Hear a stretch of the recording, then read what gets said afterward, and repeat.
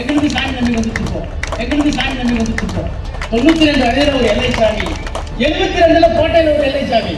இந்த எல்லைச்சாமி 2 பேரும் தமிழ்நாட்டில் இருக்கிற வரைக்கும் அது வரைக்கும் உள்ள வந்து நாங்கள் உங்களுக்கு எப்போதும் உங்கள் கொள்கைக்கு கட்டுப்பட மாட்டோம். எங்களை அடக்க நினைத்தால் திமிரி எழுவோம். காரணம் என்னென்னவோ செய்து இடி, இன்கம் டாக்ஸ், சிபிஐ எல்லாவற்றையும் வைத்து ஏன் தமிழ்நாட்டுக்கு வர முடியவில்லை என்று கேட்டால் அதற்கு காரணம் இன்னும் 2000 ஆண்டுகளுக்கு மோடியையும் அமித்ஷாவையும் இந்த மண்ணிலிருந்து ஓட்டக்கூடிய வலிமை எனக்கு தருவார்கள். தந்தை பெரியார், பேரறிஞர் அண்ணா, கலைஞர், நாங்கள் உங்களுக்கு எப்போதும் உங்கள் கொள்கைக்கு கட்டுப்பட மாட்டோம். எங்களை அடக்க நினைத்தால் திமிரி எழுவோம். காரணம் எங்களிடத்தில் 92 இருக்கிறது, 72 இருக்கிறது. இவர்கள் நினைக்கிற போது இங்க இருக்கிற 22 எல்லாம் வந்துட்டு இருக்காங்க.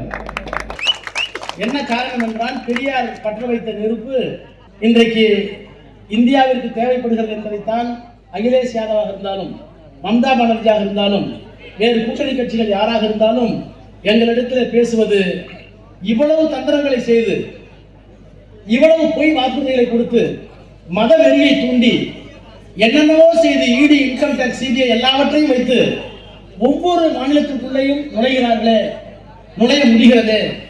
எங்கள் மாநிலத்திற்கு வந்து விட்டார்களே, அவருடைய மாநிலத்திற்கு வந்து விட்டார்களே, ஏன் தமிழ்நாட்டுக்கு வர முடியவில்லை என்று கேட்டால் அதற்கு காரணம் எல்லைச்சாமிகள் இங்கே இருக்கிறார்கள்.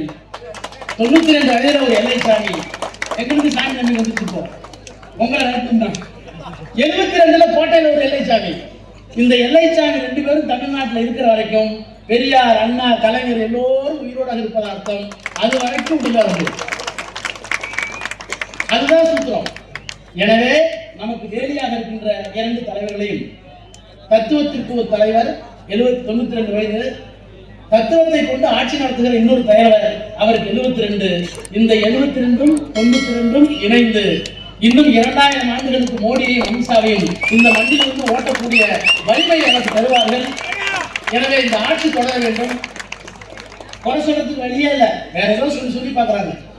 எனவே இந்த பெரம்பலூர் சொல்கிறேன், இந்த பெரம்பலூர் தொகுதி கடந்த முறை நாடாளுமன்ற தேர்தலில் எல்லாம் சொல்லி ராஜாவே இதுக்கு எதிரி, இங்க பிரச்சாரம், நீலகிரி பிரச்சாரம், இந்து மதத்துக்கு வச்சு கடவுள் நம்பிக்கை இல்லாதவர், அவர் வந்து தீவிரவாதி, நாத்திகவாதி, ஓட்டு போடாதீங்க எல்லாம் சொல்லி பார்த்தாங்க.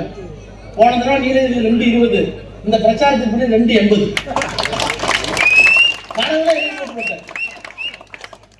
எனவே இந்த பிரச்சாரத்துக்கெல்லாம் நான் பயப்படாத இந்த பெரம்பலூர் மண்